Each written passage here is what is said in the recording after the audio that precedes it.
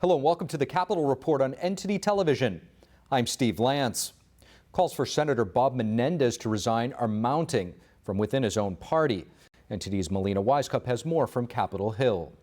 So Melina, tell us who's calling for him to leave the Senate and what are they saying? At least 1/3 of the Democratic Senate caucus, that is at least 17 Democrat senators, have said that Senator Bob Menendez should resign following that indictment. The most notable of which calling for his resignation is Senator Cory Booker, who's his fellow Democrat senator from New Jersey. Booker said that this is essentially a question of trust. While in his statement he did point out some good characteristics that he sees in Senator Menendez, he also described the federal corruption charges as shocking allegations of corruption and specific disturbing details of wrongdoing. So Melina, on top of this, there's also the looming government shutdown just 5 days away. Has Congress made any progress on these funding negotiations to avoid the shutdown? Well, both chambers are taking action on this, but nothing that's promising. McCarthy is continuing to push to pass that short-term funding bill with some provisions to change border policy by the end of this week. He's arguing that this is a solution that both Republicans and Democrats should support. Here's what McCarthy has to say in the midst of it all.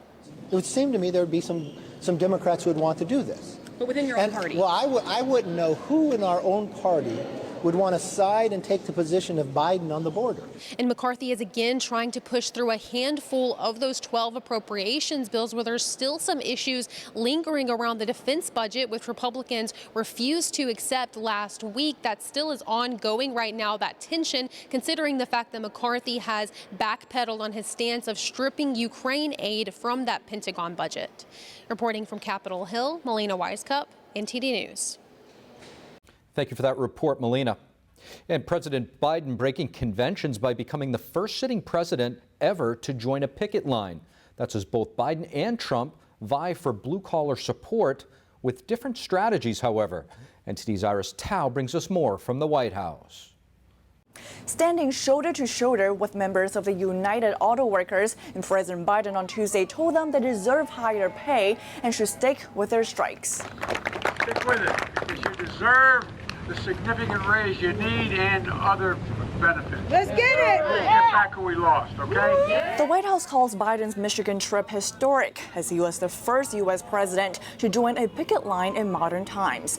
But Biden spent only about 12 minutes on the site and spoke for only 87 seconds. Thus, as Biden's facing criticism from breaking from the long-standing tradition of U.S. presidents taking a hands-off approach to labor disputes. The White House walking a thin line. This is for the parties to negotiate. We're not going to speak to what's being put at the table. Biden, however, did say yes when asked if he supports workers' demand for a 40% pay raise.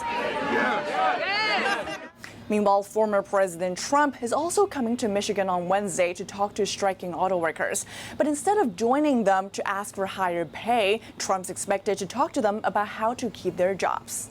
Those jobs are all going to be gone because all of those electric cars are going to be made in China. The auto workers are being sold down the river by their leadership, and their leadership should endorse Trump.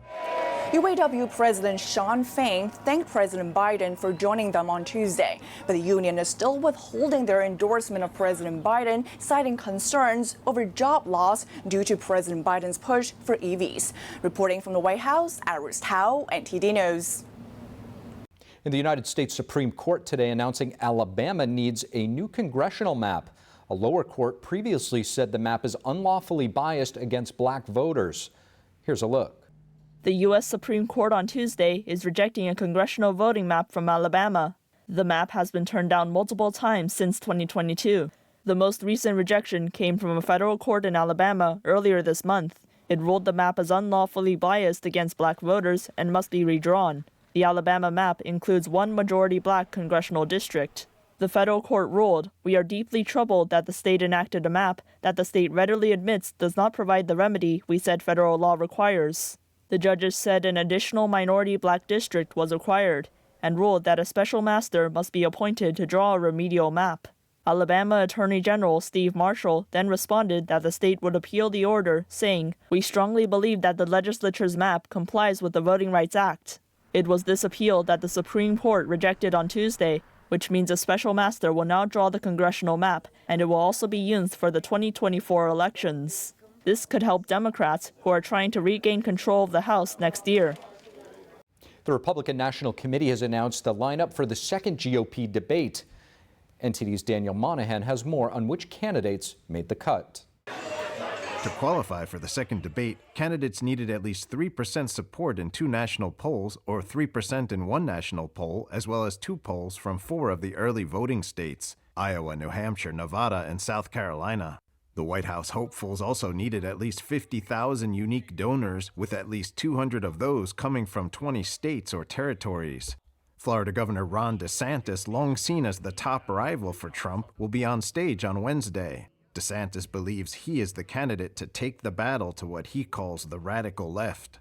If you start getting in at the institutional level where the left sees that they're losing control, they fight back, and they fight back hard. And you just got to have the spine to stand there. But Republican support for the governor nationally has slipped since its high point earlier this year. Some of that drop could be due to the surge by political newcomer Vivek Ramaswamy, who has tied DeSantis in some polls and closed the gap in others. The entrepreneur has displayed a willingness to go toe-to-toe on whatever the topic, appearing on a slew of media channels, including liberal ones. Ramaswamy's surgeon wife Apoorva told ABC News that, as president, her husband will give her children the society they'll want when they enter high school. One where their actions are rewarded based on their merit. Former South Carolina Governor Nikki Haley also made the cut. In contrast to some of her fellow Republican rivals, she supports continued significant military aid to Ukraine, fearing a domino effect if Ukraine falls. If Russia takes Ukraine, then Poland and the Baltics are next, and then we are in war because those are NATO countries. South Carolina Senator Tim Scott is looking for a breakout moment in Wednesday's debate. Scott is calling for a 15-week national limit on abortion. Our objective should be stopping states like California, New York, and Illinois of literally having abortion on demand up until the day of birth. That is immoral. Other candidates include former New Jersey Governor Chris Christie, former Vice President Mike Pence, and North Dakota Governor Doug Burgum. Burgum has been using his fortune to boost his donor total, giving away $20 Biden relief cards in exchange for $1 donations. A notable absent will be former Arkansas Governor Asa Hutchinson, who didn't qualify this time around. He'll be in Michigan on Wednesday holding a press conference his campaign describes as calling out Donald Trump's false promises. As for the former president Donald Trump, he'll be meeting with union workers in Michigan and will give a speech shortly before his rivals take the stage in California. Daniel Monahan, NTD News.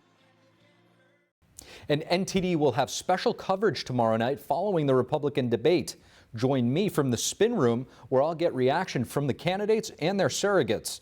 We'll be taking an in-depth look at what happened, who stood out, and what it means to you, the voter. That's tomorrow night starting at 11 p.m. Eastern. Thank you for watching the Capitol Report. If you want to see our full broadcast, check us out at epochtv.com.